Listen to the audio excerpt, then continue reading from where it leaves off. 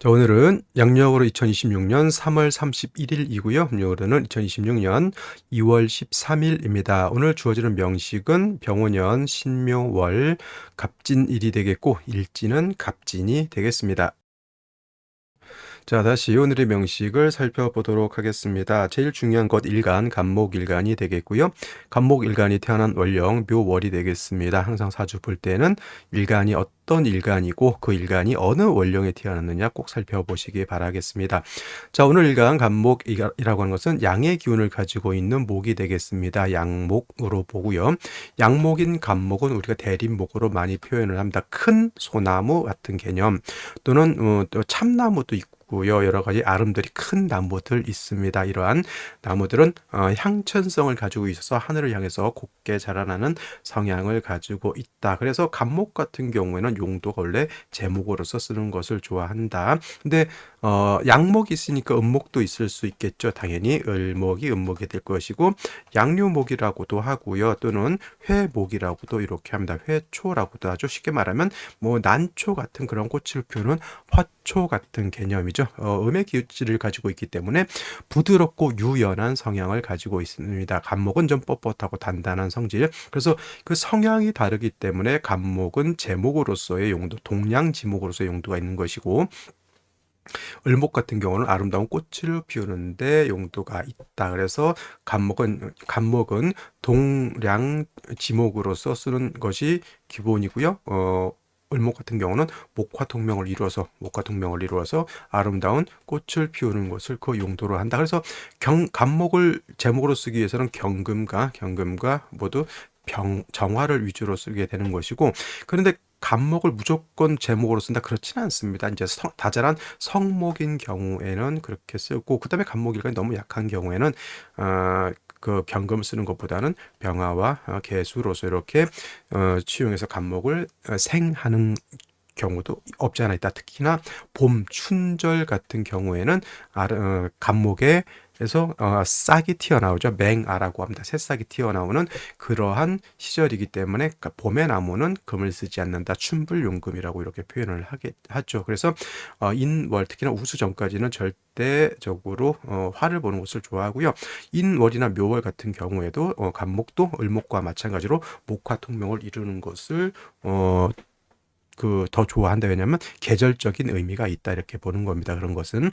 자, 이런 간목이 묘월에 태어났습니다. 격국을 봤을 때는 양목이 음목을 봤기 때문에 겁재가 되겠지만은, 간목이 월지가 목의 제왕지인 묘월이기 때문에 공식적으로 이거는 양인격이라고 하는 격이 별도로 있죠. 양인격이라고 하는 것은 양양자의 칼날 인자죠. 양의 칼날과 같은 것이 바로 이 양인인 것이고, 월령을 득했기 때문에 일간 자체가 매우 신왕한 사주, 오히려 극왕까지도 볼 수 있습니다. 인월도 왕하고 묘월도 당연히 왕한데 인월보다는 묘월이 목이 극강한 그런 시설이다 이렇게 볼 수가 있어요. 당연히 뭐 경금을 치용해서 쓸 수도 있겠지만은 봄의 나무는 금을 쓰기보다는 화로서 목화통명을 이루는 것을 좋아한다. 그리고 이런 말도 있습니다. 왕자의 억이라는 말이 있고 왕자의 설이라고 하는 말이 있는데, 왕자의 억이라는 것은, 왕자는 뭐야? 왕한 씨는 억제한다. 뭘로 억제해? 당연히 관살로서 억제하는 것이 마땅하다라고 하는 개념이고,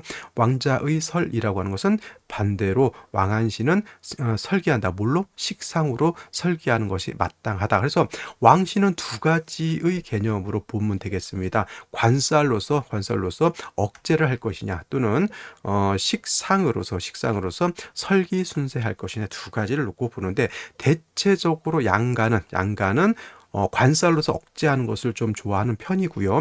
음가는 식상으로서 설계하는 것을 대체적으로 좋아합니다. 갑목 같은 경우에는 뭘로? 경금을 취용한다. 물론 춘절에는 금보다는 화를 보는 것을 더 좋아하죠. 자, 병화 같은 것은 뭘 좋아합니까? 왕하면 임수를 좋아하고요. 무토는 왕하면 뭘 좋아합니까? 갑목을 좋아하고요. 임수는 왕하면 뭘 좋아합니까? 무토를 좋아합니다. 그래서 양가는 칠살 관살을 보는 것을 좋아하는데, 경금은 일간의 특성상 뭘 좋아한다? 칠살보다는 정관인 정화를 좋아한다. 왜냐? 이것은 정화가 금을 단련함에 있어서는 가장 뭐다?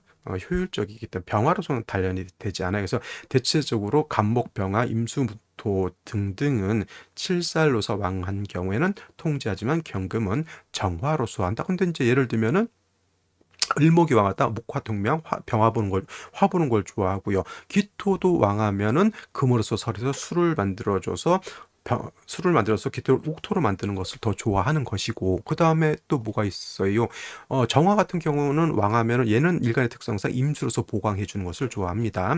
뭐 신금 같은 경우는 상관인 임수 봐서 신금 같은 경우는 이제 도세주옥하는 것을 좋아하는 것이고, 개수도 목을 봐서 왕수의 기운을 설하고 병화를 봐서 저 상관생제 해주는 것을 좋아한다. 그래서 제가 항상 누차에 거쳐서 강조하는 것, 일간의 특성을 알아야 용신을 잡을 수 있다라고 하는 점. 그 다음에 어떤 것이 우선할 것이냐는, 어떤 것을 먼저 치용해야 될 것이냐는 바로 월지를 보는 것이 중요하다, 이렇게 말씀을 드릴 수가 있습니다. 그래서 묘월의 간목은 왕하다 하더라도 왕자의 억보다는 왕자의 설을 쫓아서 화를 보는 것을 좋아한다, 이렇게 보실 수 있겠는데, 자, 연지 보게 되면 오화를 얻었습니다. 상관이죠. 오의 뿌리를 둔 병화도 천간에 투출되어 있으니 묘월의 왕한 목의 기운을 바깥으로 발산시킨다, 이렇게 볼 수. 이걸 이제 설기순세라고도 표현하고요, 설기정영이라고도 이렇게 표현을 합니다. 왕신을 이렇게 그 기를 바깥으로 표출시켜 준다라고 하는 것, 내가 가지고 있는 속에만 가지고 있는 어떤 포부를 바깥으로 발현시킨다라고 하는 것. 목의 기운이 왕한테 목의 기운을 바깥으로 발산시키면 싹을 틔우고 꽃을 피우고 결론에는 과실도 맞을 수 있는 그런 것을 말한다, 이렇게 보시면 되겠습니다. 일지에서 진토를 얻어서 진중 개수 또 쓸 수가 있는데, 조금 아쉬운 점은 이렇게 신금이 있어서 병하고 이렇게 탐합하는 것은 조금 오게티라 그럴까요? 그리고 수기가 좀 부족한 단점도 없지 않아 있다, 이렇게 볼 수가 있겠죠. 이 부족한 것을 어디서 보충해 줘야 된다? 생시에서 보충해 주면 좋을 것이다, 이렇게 생각이 되네요. 자, 그러면 생시 보도록 하겠습니다. 자, 생시 살펴보도록 하겠습니다. 간목묘월에 태어나 무슨 격? 양인격. 오의 뿌리를 둔 병화 투출되어 있으니 왕목기운을 바깥으로 설기순세하는 것. 이것도 목화모 상관격, 가상관격 이렇게 볼 수도 있습니다. 자, 그 다음에 이제 이렇게 진을 얻었기 때문에 진중 개수를 쓸 수 있지만은 요 진중 개수 가지고는 조금 부족한 감이 없지 않아 있고요.